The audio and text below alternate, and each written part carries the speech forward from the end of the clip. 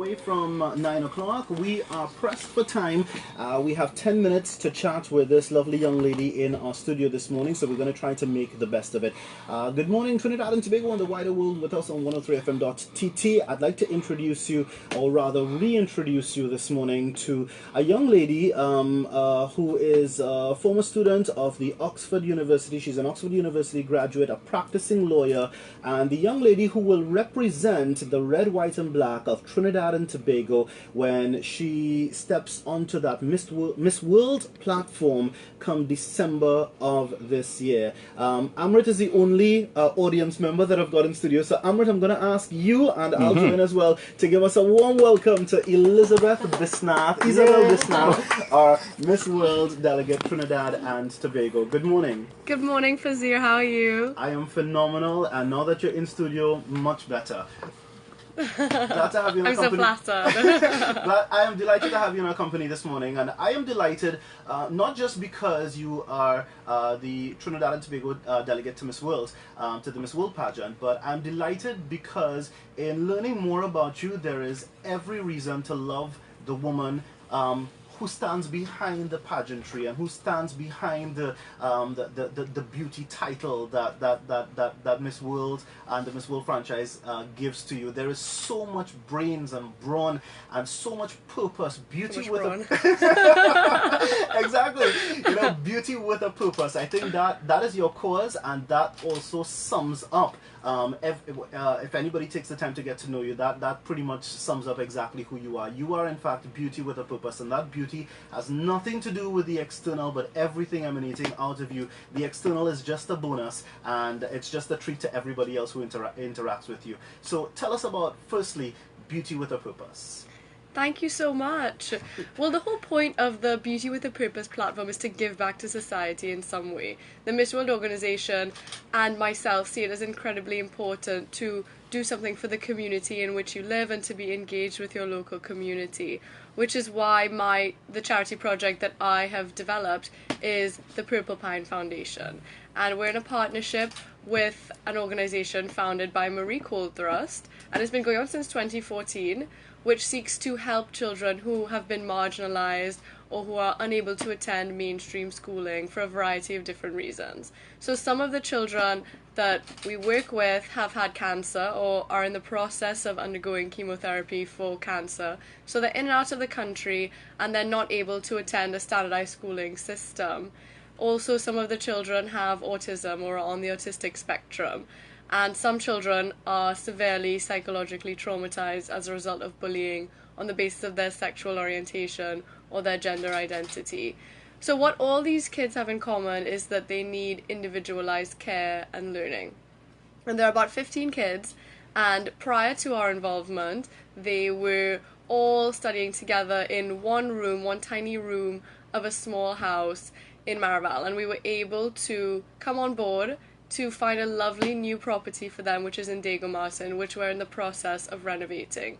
So the projected opening date of that is the end of September, with a beautiful official launch for all of our lovely sponsors on the 5th of October. And I'm encouraging all members of Trinidad and Tobago, the wider society, to be involved, to sponsor us, to get to know me and the charity project, and of course the kids that we're dealing with, subject to privacy concerns, of course. Of course. A couple questions arising out of what you've just said. First of all, you can contribute, or we can contribute to this cause financially by assisting with sponsorship. If I am not in a position to sponsor financially, how can I, as a citizen of Trinidad and Tobago, assist with your cause? I think 2 points about that. First of all, it doesn't matter what your donation is, big or small, we appreciate every little bit of help. And secondly, we accept a lot of items. We're looking for books, tables, chairs. If you just have a kid's book at home that maybe your niece has read before or your children have read before and you'd like to give that to us, by all means give it to me, because I'm responsible in particular for the library for the foundation. That's what I really love. I love reading. I'm an ambassador for a wonderful charity called For the Love of Reading, TT, and that's always been kind of my passion. So I've taken special charge of that, and I'm looking in particular for books. But I mean, in addition to books, there are lots of other items. We need anything and everything you can imagine children might need. utensils for the kitchen, couches, maybe a desk, chairs, anything at all. So if there's anything you think remotely someone might need to set up a foundation or to be working with children, get in touch. And you can message me on Instagram, on Facebook, on my email address. It's all available. I'm delighted that you touched on your love for reading, because I am also a follower of For the Love of Reading on their Instagram page. And I was delighted when I saw photos of you starting to pop up on their social media feeds, and you were promoting For the Love of Reading. You've also done some promotion for Alta as well.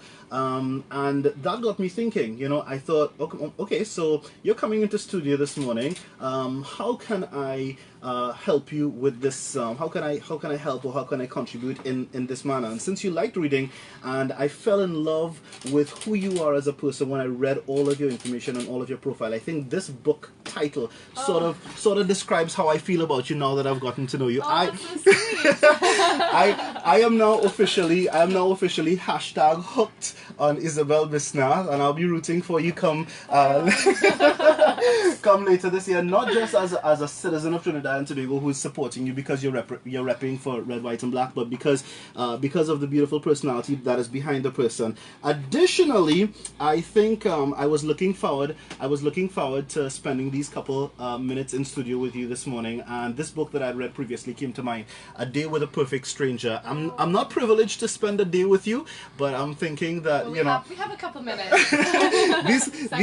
these couple minutes will come. We can have a whole day together at some point. I would absolutely love that. And the other thing is, since you're such an avid book enthusiast, you're such an avid reader as well, I thought that this would get a couple chuckles from you. There's very little that you could want to know that you can't find from a book, and I thought the title of this book alone would get you. I love it. Why do men have nipples? That's the name of this.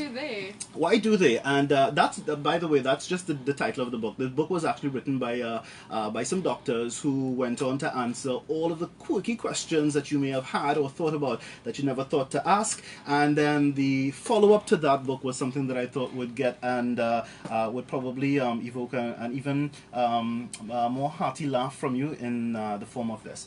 It's ask a really good question. Why do men doze off after it? So I just wanted to share that with you because I'm a huge fan of the work that you've been doing in advocating literacy and for the love of reading. I think they've got like 4 reading spaces now across the East West Corridor. A lot of great spaces for us to donate books and to read. So there's one in One Yoga, Azahara Garden Centre, Mode Alive, and one more. I think it might be 3. Please double check. Okay. I think I came across 4, but I could be wrong. So, that being said, you also spoke about earlier on getting to know you. So, with 2 minutes left, I've done my due diligence in preparation for today, but for those who are hearing your voice for the first time, or those who may only just be interacting with you when some of this material hits the social media feeds, etc., how can I get to know you better? How can the average citizen of this country get to know this young lady who will be representing them come December in China? Well, that's a great question. Why don't you follow me on my Instagram page at ttmissworld.isabel, my Facebook page, Miss World Trinidad and Tobago 2018. I always post a lot of updates on my Instagram lives and Instagram stories about the work that I'm doing and where I am. And it would just be a great way to get to know everyone. And of course, if you want to message on my Facebook account, I tend to reply to them. If you have any particular questions about the work that I do or how you can be involved in any one of my charity outreach programs. I will say this though, I have been scrolling through some of the former Miss World delegates from Trinidad and Tobago, and there is a remarkable precedent that has been set by the women of this country in representing Trinidad and Tobago at that pageant.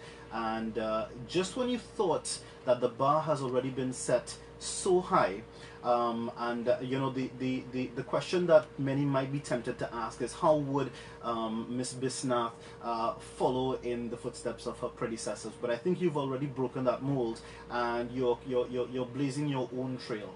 And as Elizabeth just mentioned, it's 9 o'clock, so we've got to wrap up. As she just mentioned, if you'd like to learn more about her, if you'd like to get more involved in supporting her, I think one part of the pageant requires voting.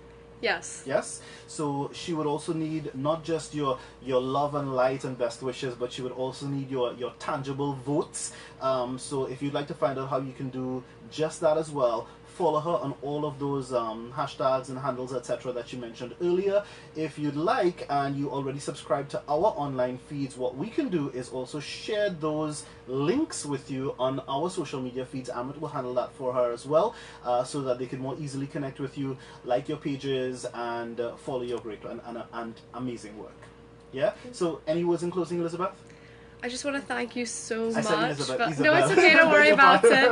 Well, Isabel is the diminutive of Elizabeth, so Yeah. you're technically kind of right. You're in the family of words, it's fine. Yeah. But thank you so much for having me. It's been great speaking with you, and thank you for all these gifts. I can't wait to go and read them. I'll try to make the time to read them. To be honest, I haven't had a lot of time to sit down and read the way I'd love to, because I've just been going from one event to the next. But it's all for a good cause, and I'm so excited. You are most welcome, and you're most welcome to drop by our studios at any point in time, whether I'm sitting behind this microphone or any other presenter at 103. They will all welcome you with warm and open arms. So you've got a home here, away from home. Whenever you're ready, just pop in, and if you give them advance notice, they'll even organize some breakfast or treats for you. Yeah, love it. Isabel, thank you very much for joining us in studio. Best of luck to you. We hope to chat with you again soon. We hope to follow up with you again soon, even if you can't make it in and you can touch base with us via phone. That'll be great and delightful as well. So thank you again, and enjoy the journey, and good luck. Thank you so much. You're most welcome. Thanks for tuning in, TNT. God willing, we will catch you again tomorrow morning after the newscast at 6 o'clock. Till then, bye for now. God bless. Okay, bye.